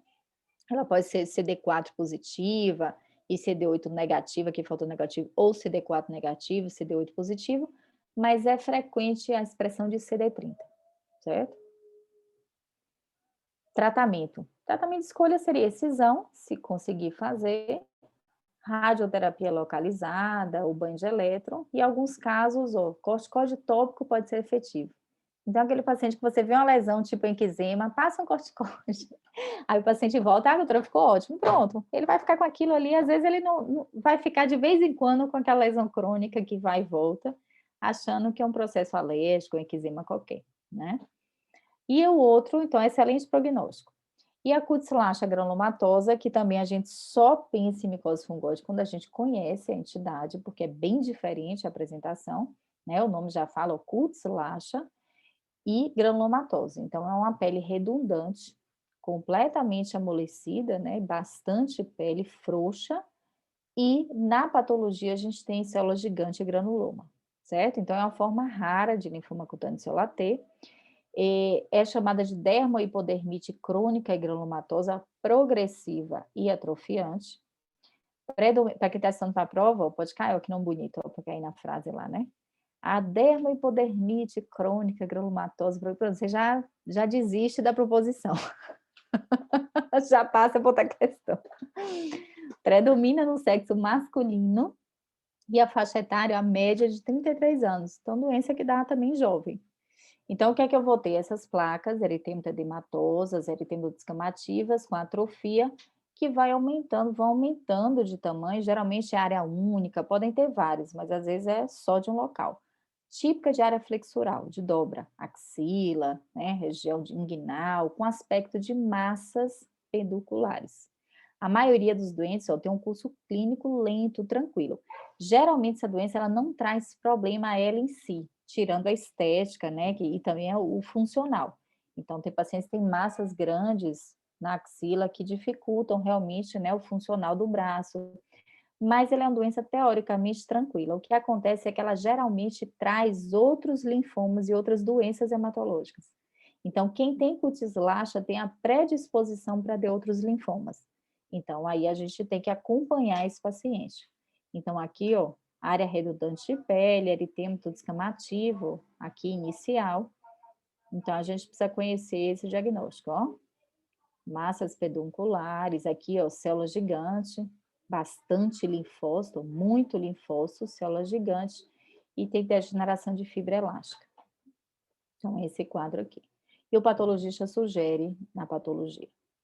Envolvimento extracutâneo é pouco frequente, o mais comum é linfadenite granulomatosa, e como eu falei para vocês, a doença em si não oferece risco, mas ela, em 52% dos casos, ela vem acompanhada de outra linfoproliferativa maligna. Então, linfoma de Hodgkin, linfomas não Hodgkin, a própria MF clássica, leucemia mieloide aguda e até histiocytose de célula de Langerhans. Portanto, é uma doença que precisa de acompanhamento, tá? Na patologia, eu vou ter um infiltrado granulomatoso com célula T atípica e presença de macrófago e células gigantes, daí o nome, né? E imunistoquímica, ela tem um padrão CD4, CD8, CD45RO, padrão de célula T, tá, gente? Eu preciso conhecer pelo menos o padrão de célula T, porque são linfomas de célula T. Se fosse linfoma de célula B, eu tenho CD20, eu tenho CD10, tá? O linfoma de Hodgkin tem CD15, então alguns padrões de imunistoquímica eu preciso conhecer, tá? Porque a gente vai receber anátomo patológico e a gente precisa, ou receber imunistoquímica, e a gente precisa, né, se habituar aí com esse tipo de caracterização fenotípica das células. Bom, em termos de tratamento a cutis-laxa, desapontador, então você faz pulva, poliquimioterapia, azatioprina, radioterapia, mas dificilmente é um tratamento bem, né, bem sucedido. Ok. Tudo bem, gente? Com as variantes, subtipos, alguma pergunta? Vocês querem perguntar alguma coisa? Tudo tranquilo? Então tá. E aí, o que que a gente faz então? Vamos dizer que a gente atendeu um paciente e, opa, o paciente tem linfoma. E aí? Né? Muita gente tem medo, realmente. Eu vou confessar para vocês que eu acompanho os pacientes de micose fungoide quando são pacientes de micose fungoide estágios iniciais, né? Então, os estágios mais avançados eu encaminho sempre para o hemato. Eu não me sinto confortável, não me sinto segura para acompanhar esses pacientes, porque não é a minha área mesmo, mas a gente pode acompanhar em paralelo. Então, geralmente eu encaminho, mas o paciente volta para mim também, tá? Até porque eles costumam ter lesão de pele, então a gente acaba ajudando nesse processo, né? Então, quais são as características aí que interferem na evolução do paciente? Então, infiltração tumoral, grau da atipia, o estado imunológico. A gente tem que fazer um exame físico completo nesses doentes, avaliar a pele toda, porque quanto mais lesão, pior o prognóstico. Avaliar linfonodo. Então, se o paciente tem lá um monte de linfonodo, pode ser que o paciente esteja né, com a doença em grau mais avançado. Sangue periférico. E diferenciar, como eu falei para vocês no início, é fundamental saber se o tumor é primário da pele ou se é um tumor de acometimento secundário da pele que muda totalmente o prognóstico, tá? O que que a gente vai pedir de exame? Atendi meu paciente, olha, é micose fungoide, fiz lá minha biópsia em 3 sítios e alguma veio lá, ou as 3, né, sugestivas, mesmo que venha lá epidermotropismo, microabscesso de Paltrier, o que é que eu tenho que fazer? Imunistoquímica, tá? Na literatura fala que é mandatório a imunistoquímica para doenças de linfócito, tá? Então, a gente vai fazer imunistoquímica para confirmar a caracterização fenotípica desses linfócitos. Então, faz imunistoquímica, veio realmente micose fungoide, linfoma de uma forma geral, né? Aqui a gente está falando de célula T. Eu vou pedir hemograma, esses 2 exames que a gente comentou, que são importantes para saber sobre leucemização do linfoma, então é bom vocês anotarem isso, se atenderem um paciente, ou saber os exames que pedem, né? Então, LDH, beta-12 microglobulina, a bioquímica de uma forma geral, avaliação renal e hepática, a imunofenotipagem com relação ao CD4 e CD8, pesquisa de células de Cesarri, sorologia para HTLV1. Por que sorologia para HTLV1? Quem lembra? Sorologia para HTLV1. Quem lembra disso? Tem a ver com linfoma, tem a ver com linfoma, não tem? Qual linfoma, Tem. Lelinha? Você lembra? Células T do adulto. Linfoma e leucemia, Isso. células T do adulto, Isso, associada a isso aí. HTLV1, tá? Aí. Então, a gente tem, e muitas vezes a patologia aparece. Se vocês estudarem lá leucemia e linfoma célula T do adulto, a forma linfoma do HTLV célula T, às vezes a patologia é igualzinha ao micose fungoide, tem até epidermotropismo. Então, o diagnóstico diferencial é difícil. Por exemplo, eu vim de um local, eu morei, né, eu sou baiana, eu morei em Salvador minha vida quase toda, e lá tem uma referência de linfoma de HTLV1, que é a professora Aquilea. E eu vi vários casos de linfoma célula T do adulto, que a gente não vê por aí. Então, eu vi paraparesia espástica, eu vi dermatite infectiva e vi linfoma leucemia célula T do adulto. Então, dependendo do local, se for endêmico para HTLV1, a gente precisa pensar como diagnóstico diferencial. Então, é extremamente importante a imunistoquímica e muitas vezes você fazer sorologia para HTLV1, tá? Análise de marcador, né, de gene receptor, biópsia cutânea, amostra de sangue. Então, geralmente, o que é que eu faço quando eu paciente de micose fungoide? Se for forma avançada, por exemplo, o paciente está cheio de lesão tumoral, ou é eritrodérmico, ou é um paciente que tem um AP de foliculotrópica, que eu sei que é estágio mais avançado, que os tratamentos convencionais que a gente faz na dermato não vão funcionar, eu peço os exames e encaminho para o hemato já, com o pedido dos exames direitinho, peço para ele fazer e já levar no hemato. Então, é importante que você saiba o que pedir para agilizar, né? E os exames mais específicos, então, saber se vai biopsiar linfonodo, saber se vai biopsiar medula óssea. Aí tem uma série de coisas que é o hemato que geralmente vai decidir, tá? Exame de imagem. Bom, a gente, geralmente, estágios 2 em diante, a gente deve fazer uma tomografia, tórax, abdômen, pelve para fazer estadiamento. Nos estágios iniciais, eles orientam a fazer raio-x de tórax e ultrassom de abdômen, tá? Só para ver se tem uma coisa mais gritante. E biópsia de medula óssea, aí geralmente eu encaminho para o hemato, eu acho que não tem necessidade da gente ver isso aqui, porque a gente não avalia esses critérios, tá? Quem tiver mais interesse, vou trabalhar com micose fungoide. Então, vale a pena estudar um pouquinho mais profundamente isso aqui, tá? Biópsia de linfonodo, se os linfonodos estiverem alterados, acima de 1,5 cm, né? Mesmo que eles não estejam aumentados, se tiverem endurecidos, irregulares, fixos. O estadiamento, então, eu vou avaliar. Eu não coloquei aqui estadiamento, gente, porque realmente não é uma coisa que a gente faz de rotina. E o interesse aqui da aula é ajudar a gente a diagnosticar, saber conduzir, né? Mas não detalhe estadiamento. Então, eu não coloquei, quem tiver interesse, tem lá no livro certinho, os estadiamentos todos, tamanho do tumor. Eu só coloquei aqui, o tamanho do tumor, porque achei interessante para a gente, que é o que a gente vê. Tá? Então, T1 seria placa limitada, pápulas ou PETs, menos, né, que acometem menos de 10% da superfície cutânea. Então, eu tenho T1A apenas PETs, que seriam as máculas. T1B seriam os PETs e placas.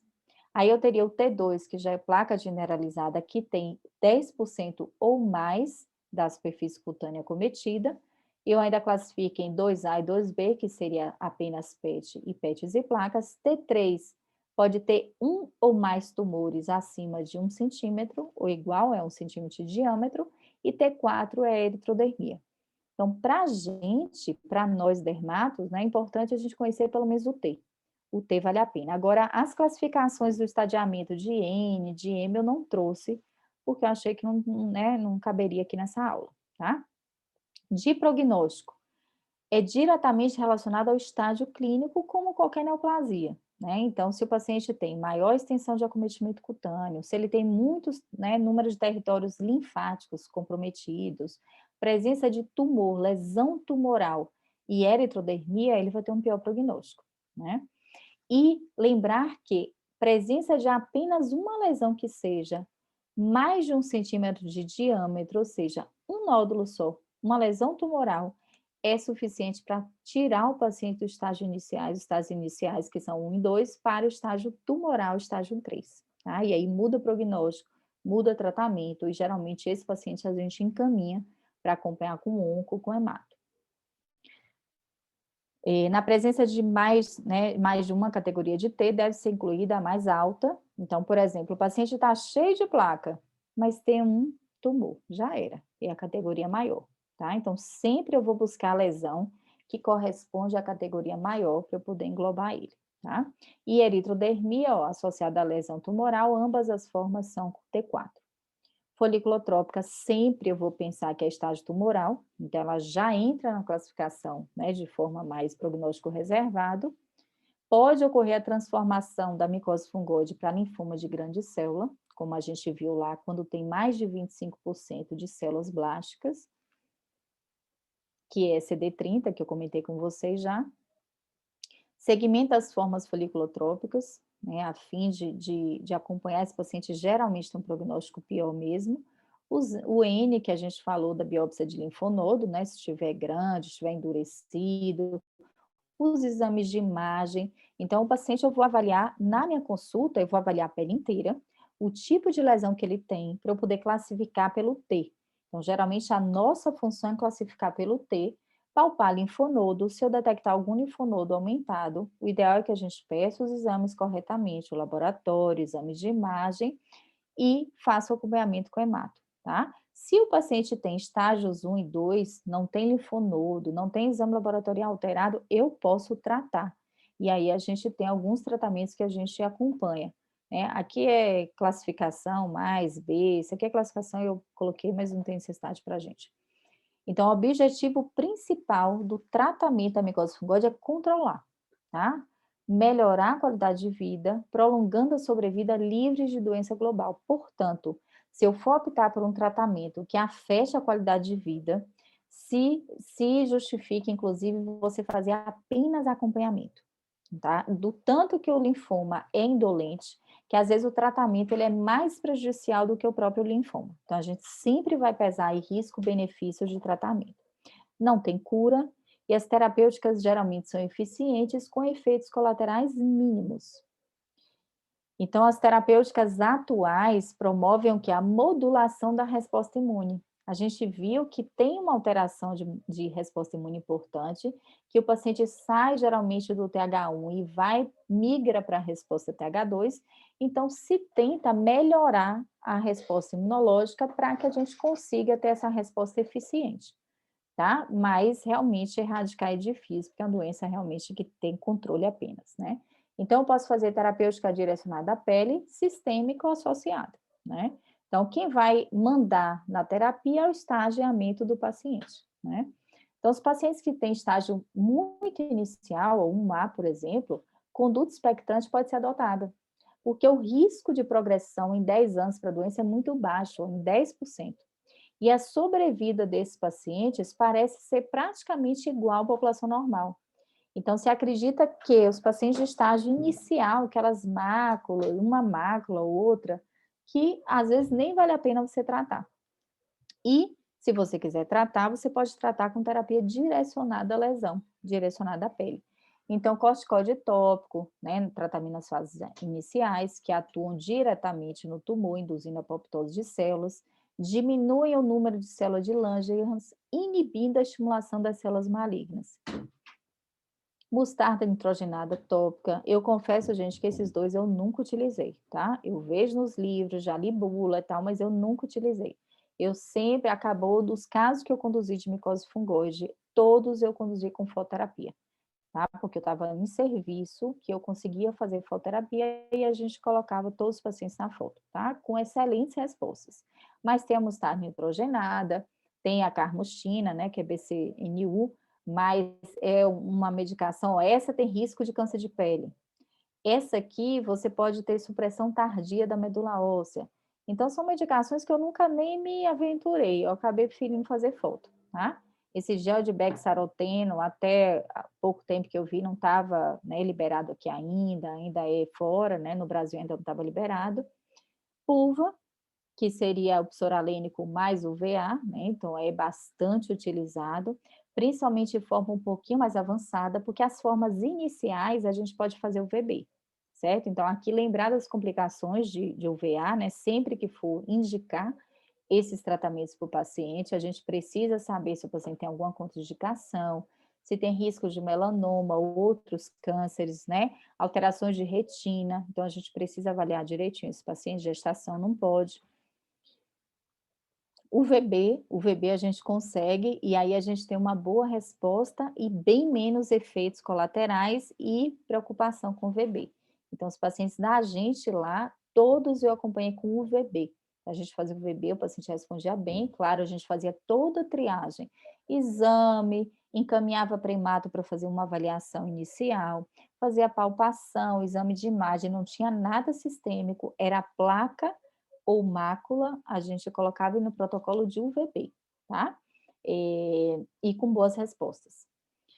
E a gente tinha essa paciente de papilose linfomatóide, que eu falei para vocês, que é CD30 positivo, que não responde ao VB. Aí, na época que eu passei lá, era a única da gente que fazia PUVA, porque essa papilose linfomatóide, ela é um pouco mais agressiva e um pouco mais profunda. Então, não responde bem o VB, porque o VB tem tamanho, tem limite de entrada, né, de tamanho de raio, né, que ele atinge tanto raio quanto profundidade da pele. Então, tem lesão que não dá para ele tratar. Então, teria que ser PUVA mesmo.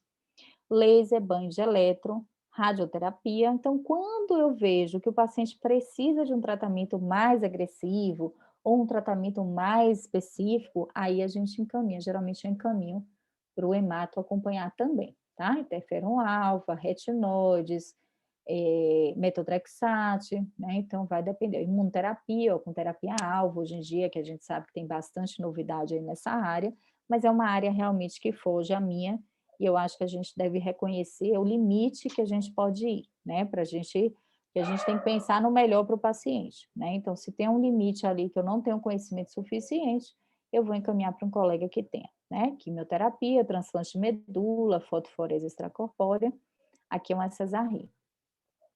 E só para lembrar vocês, para a gente finalizar, que Cesarri, muitos autores acreditam que é uma forma distinta de linfoma cutâneo de célula T eritrodérmica. Então, tem uma evidência hematológica de envolvimento leucêmico, os pacientes de Cesarri, eles iniciam um quadro dessa forma. Diferente da micose fungoide, que a gente viu que a maioria não vai chegar à forma eritrodérmica, e se chegar, o paciente tem anos de doença, porque ele vai devagarzinho evoluindo de fases. Já Cesarri, geralmente o paciente abre o quadro com eritrodermia, tá? Então, é uma forma geralmente aguda de eritrodermia, e o paciente tem, classicamente, essas células neoplásicas, a gente chama células de Cesarri, e a gente vai ter o quê? Eritrodermia e leucemização. Então, o paciente Cesarri, geralmente, ele está sintomático. Diferente do paciente de micose fungoide, ele tem pródromo, pode ter algum pródromo, né? Mas, geralmente, ela vem abruptamente. Então, o paciente tem uma tríade de eritrodermia, que aqui ele coloca mais de 80%, isso é do Belda, no capítulo de Cesarri, coloca mais de 80%. Se a gente for estudar por outro capítulo, é mais de 90%, tá? Então, diária corpórea comprometida, linfadenopatia e várias manifestações sistêmicas, vários sintomas, mal-estar, perda de peso, febre, um tanto de coisa. E a eritrodermia pode se iniciar como lesão eczematosa, faz diagnóstico diferencial com todas as outras eritrodermias, tá? Inclusive, alguns pacientes podem ficar com faces leonina. Então, esse paciente pode ter tanta infiltração, tanto edema, aqui, micose fungoide face leonino, mas a Cesarri pode ficar completamente edemaciado o paciente eritrodérmico, tá? Pode ser observados variais graus de queratodermia palmoplantar, unicodistrofia, para quem está estudando para a prova, isso aqui já caiu na prova, tá?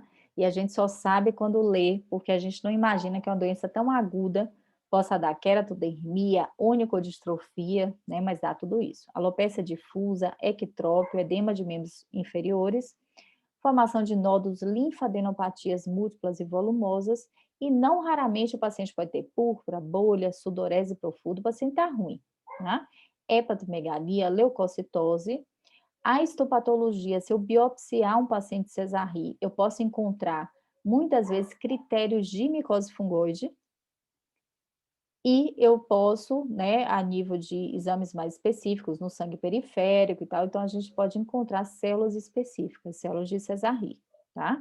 Critérios diagnósticos eu não vou entrar em detalhe, mas a gente geralmente, quando é Cesarri, a gente encaminha para o hemato, tá? Porque é leucemia, certo? É um linfoma leucemizado, que o paciente é grave, o prognóstico é bem diferente de micose fungoide, mesmo a micose fungoide eritrodérmica tem melhor prognóstico que Cesarri, tá? Que o paciente já começa de forma grave. Então, geralmente, o tratamento é sistêmico.